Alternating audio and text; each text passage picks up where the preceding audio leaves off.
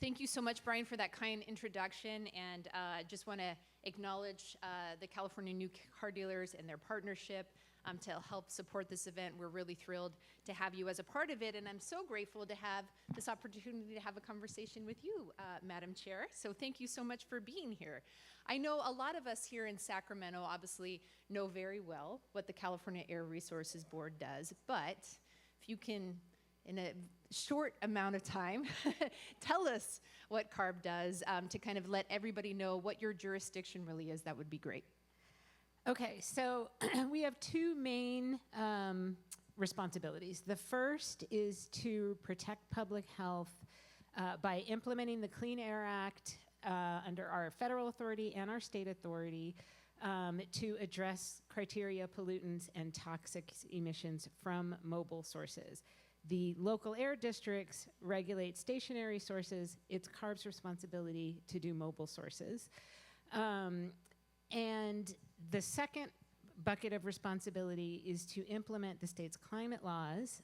So AB 32 and all of the subsequent amendments to that, our responsibility is to implement that. And I want to briefly talk a little bit about how the Clean Air Act works because a lot of people don't sort of know the structure of the Federal Clean Air Act.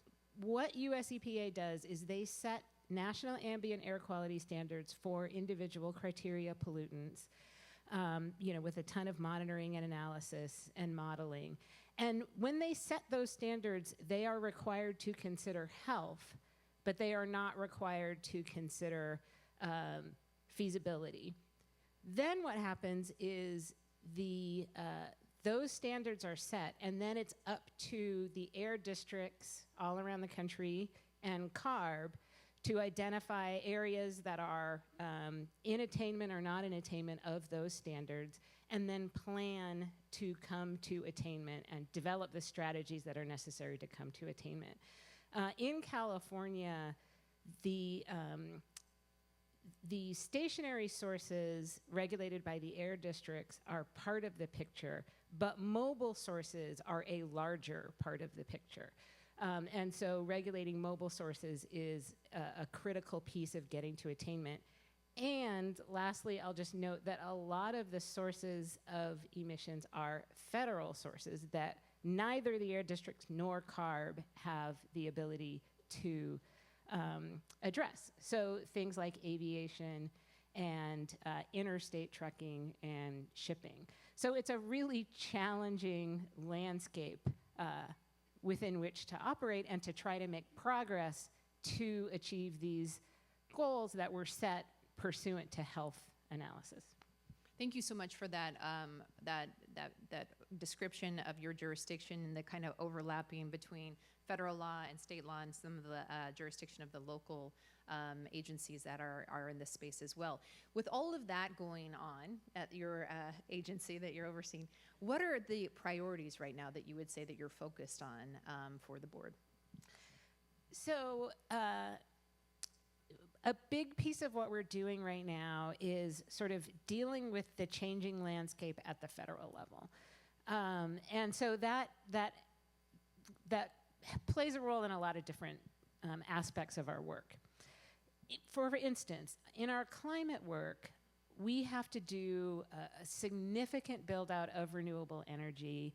We have to bring new technologies to market and achieve the innovative strategies that will achieve our statutory climate goals and our Clean Air Act requirements. And the challenge is that a lot of those tools are being taken away at the federal level. As you know, the production tax credit, the new car and used car incentives at the federal level are being taken away. There's talk of potentially the hydrogen hub that the state won. That funding may be taken away. Frustratingly, the Department of Energy just canceled some significant grants that would have benefited the state of California, including a $500 million grant to National Cement in Lebec to do carbon capture, and a grant to Calpine up in Yuba City to do carbon capture. So some of the help that the federal government would have provided to kind of make it easier for folks to achieve these goals, and for companies to be willing, companies like Calpine to be willing to do some of the innovative work, has gone away. So that's one piece. And then the second piece is continuing our transition to cleaner vehicles in all sectors, light duty, medium duty, heavy duty. Again, you know, the Congress repealed waivers that were issued by US EPA to allow California to have those rules in place. And so thinking about what the next steps are around that, how we keep that transition going in the absence of those rules, is a key focus of ours for now. So let's dive into that for a moment. The discussion on these waivers at the federal level that you just mentioned, and how Congress just dealt with the waiver that was granted to California to phase out essentially our combustion engine vehicles by 2035. There was also the Advanced Clean Fleets waiver that you were, CARB, you were pursuing before the federal government. Talk to us a little bit about that in particular, and what your agency team is thinking about doing as next steps with some of those waivers. Yeah, so California's waiver authority was something that was added to the Clean Air Act when it was adopted, because California was already implementing vehicle emission standards.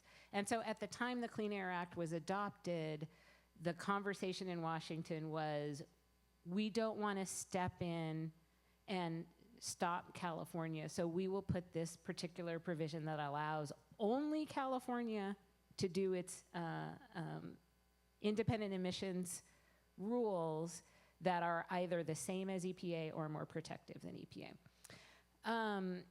And that waiver is issued on a rule-by-rule basis. It's not like a broad, we get to do it. It's a rule-by-rule basis.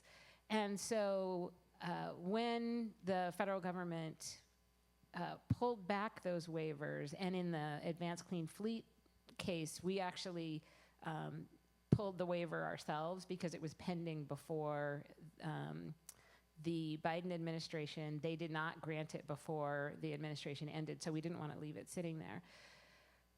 So the effect of that is that that those rules are not enforceable for the most part. There are some exceptions to that, but for the most part, ACF is not enforceable because we pulled it.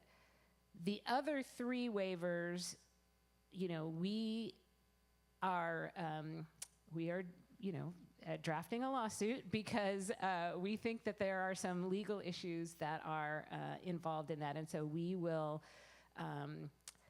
are planning on filing a complaint when the president signs the repeals, assuming that he does that, and so we're really looking at what are some strategies that we can think about on the. Well, let me back up for a second. You know, one of the key issues that, the key concerns we've heard about this transition is infrastructure. And so a lot of what we have been working on a non-rule basis is close coordination with the Energy Commission and the PUC and, you know, publicly owned utilities and trade associations, and trying to get that infrastructure built.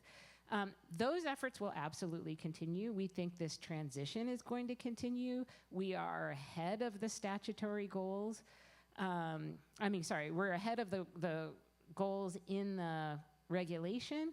And so we think that this, the transition to zero emission vehicles and plug-in hybrids, as I remind folks, plug-in hybrids do qualify,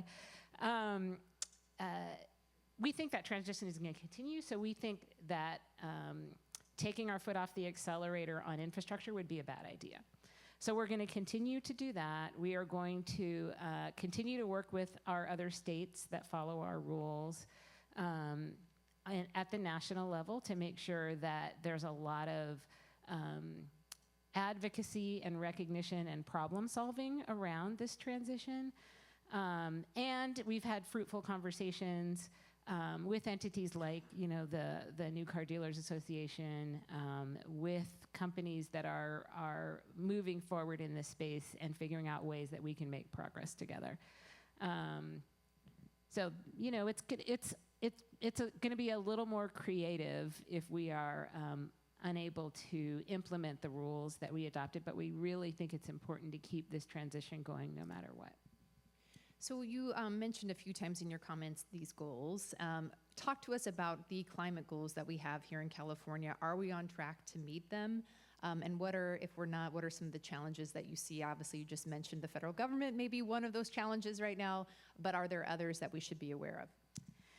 Yeah, so our climate targets originally started with AB 32 back in the Schwarzenegger days, but they have been amended over the years. And so right now we have a statutory requirement to reduce emissions 40% below 1990 levels by 2030.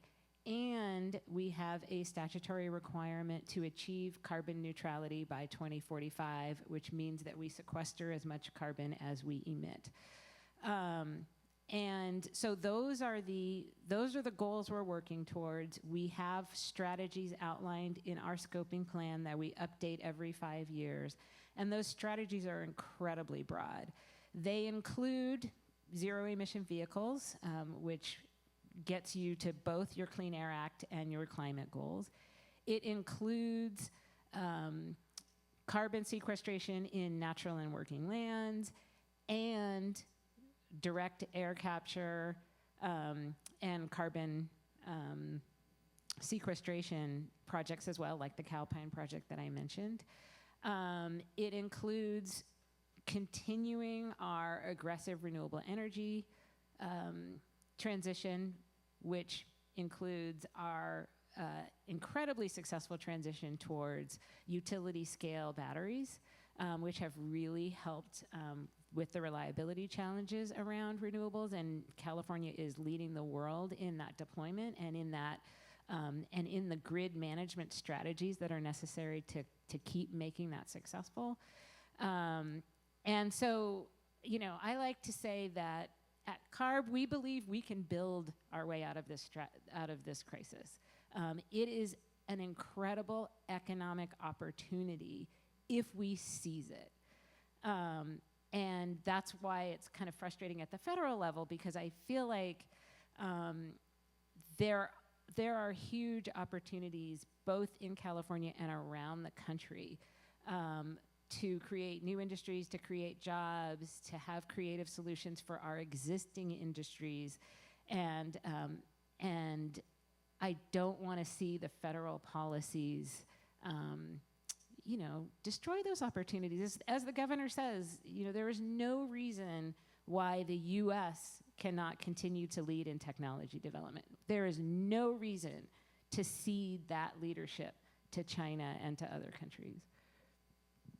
So the scoping plan that you just talked about, one of the, of how we get to these goals, one of the fundamental programs, if I'm not mistaken, that helps us with regards to reducing our emissions is the cap and trade program, yes? Mm-hmm.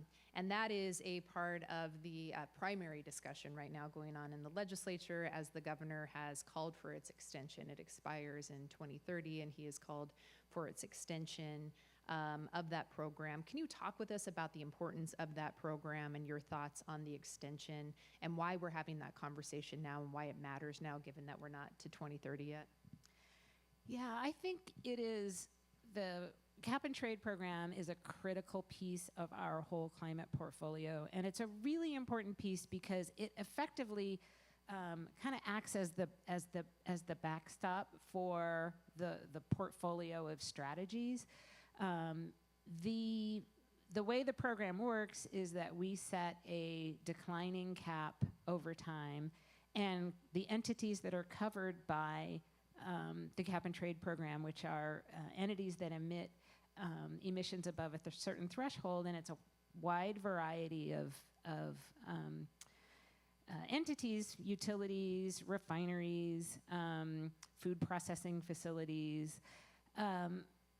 they can choose to reduce emissions or buy allowances, which go down over time as the cap goes down. And it allows companies to kind of strategize and look at what the most cost-effective solutions are. Is the best thing to do to take advantage of a program to upgrade a boiler, or to go to zero emission equipment for processes, or go to hydrogen or something like that would also have GHG reduction, or go out on the market, buy the allowances. The covered entities do receive allocations of free allowances to protect from leakage and to give them kind of a bit of a head start in their compliance obligations. So the program ends up being kind of a cost-effective program because it's not a top-down, you have to choose this particular strategy. And it allows companies to plan for themselves what their strategy is going to be and to anticipate the costs of those strategies going forward. So the discussion on the leakage issue is really important from, of course, industry perspective. Also, some of the cost containment mechanisms about the free allowances to some of these industries as well to kind of address the pricing and concern. Can you talk to us about when you're evaluating these different programs that you're overseeing at CARB, how the issue, and it's one of our primary discussions, is affordability. How does that affordability discussion play into your analysis when you're also evaluating, obviously, reaching these climate goals that we have set? Right. I mean, we have a statutory obligation under AB 32 to consider leakage. So we always have to be aware of how the structure of the program and how the cost containment measures, as you mentioned, how they help protect against leakage. We were given the responsibility in the last cap and trade reauthorization to do an analysis of how that update affected leakage risk going forward, and that analysis is being conducted right now. It's almost done. It's not clear whether or not it's going to be ready for the reauthorization conversation, which is challenging. But I think there is a recognition that having strategies like offset opportunities, the free allowances, it's really important to keep some of those cost containment measures in place so that the price of the allowances does not go wildly. And we do have a price ceiling. We have not come close to that price ceiling in recent years. So, that's another method where we understand that the market cannot get too far ahead of the needs of the industry to be able to operate cost effectively in California. And we talked about the auction prices. There was just an auction right at the end of May, and I think that the price of the allowances was a little bit lower than what some had anticipated. Do you have any reflection on that, or do you think it's just a matter of the international, national markets? What may be kind of the contributing factor, I guess, to that lower auction price? So we saw the same thing happen in 2016, 2017 when there was a reauthorization conversation going on. I think the market just gets nervous when there's some uncertainty. And I think it's important to, to be mindful of, as California helping address uncertainty as much as we can, particularly since there's so much uncertainty at the federal level, so that companies can make the investment decisions they need to make. We couldn't agree with you more on that point. From an industry perspective, certainty obviously is key in our ability to plan and to move forward. On a kind of a general discussion from the industries who are certainly represented here in the room, what would you even suggest are some of the best practices to engage with CARB on some of these climate programs that really do impact all businesses in California? Yeah, that's a great question. I used to be a PUC commissioner, and one of the things I like better about this job is that we don't have these really strict ex parte rules at CARB. So I feel like I get the opportunity to talk to folks more about policy. And I think that's a really important sort of communication at all levels is really important. So thinking about the regulatory work, first of all, I think probably the most effective way to engage is through your associations, through the chamber, through other trade associations, because, they are frequently the ones who, are in it every day and know all the detail. The other thing I would say is to the extent, you're engaging yourself, engaging early is really important, signing up for listservs, so kind of what things are coming down the pike, and going to those early rulemaking workshops is incredibly useful, because it really helps frame some of the conversation. And when you're engaging either in a workshop or directly with staff, concrete examples are always incredibly effective, and any data you can provide is always incredibly effective. Great well, advice. maybe always from my perspective, probably not always from your perspective, but data is always great. Are there any other climate programs that we haven't touched on that you just want to highlight that CARB oversees in jurisdiction? And then my other follow-up question would just be, you mentioned when you were talking about building infrastructure, the overlap with the Energy Commission and the PUC. How are there other examples that you would highlight of where you're interacting with other agencies, either at the state or local level, and how did those interactions happen? And just kind of talk through that a little bit. Yeah. So I've been in state government in this role, not in this role, but I mean in recent roles. I've been in state government since 2011, at the Resources Agency, at the PUC, now at CARB. The level of communication and interaction we have now is beyond anything that we've had in the past. It is regular conversations, regular sharing of information, regular staff engagement on a variety of issues. Probably the most recent one is the announcement that Valero made about potentially leaving Benicia.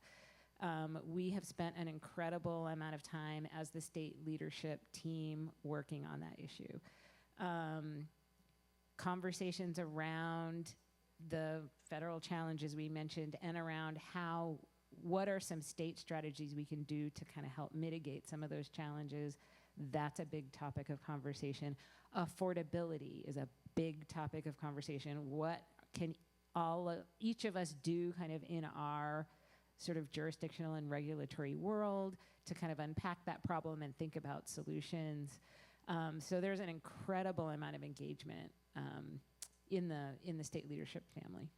That's great. Thank you for those examples. And certainly the Benicia Valero refinery is a big topic of discussion throughout California, and how it will impact affordability. You've talked about so many different things that CARB is involved with and that you're overseeing, and obviously the challenges at the federal level, here at the state, local level. From a personal perspective, what drives you to continue kind of in this role, and what makes you the most excited about your role at CARB?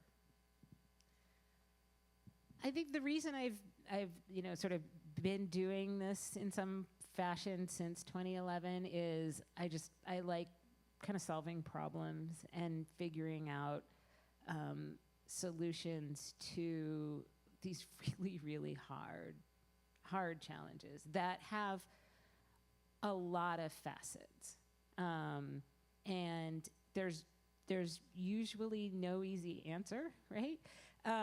And so that's why I like the engagement with the sister agencies, because it really helps look at all of the different sort of angles. I think the fact that we have transformed our energy infrastructure in such a dramatic way, and the fact that we have been adjusting along the way, is, to me, an example of how it's possible to set a vision, it's possible to put steps in place to achieve that vision. It's possible to recognize when you have a problem and you need to pivot somewhat and address that problem and continue along your journey to get where you need to go. And I just think it's an incredible success story. And I am always looking for opportunities to have more of those success stories. Well, I can tell you on behalf of the Chamber and behalf of our member companies, we really do appreciate your work and the commitment that you have to the goals of California, and we really appreciate you being here and having this conversation with us today. Can you please all give me a warm welcome for Chairman Randolph? Thank you so much.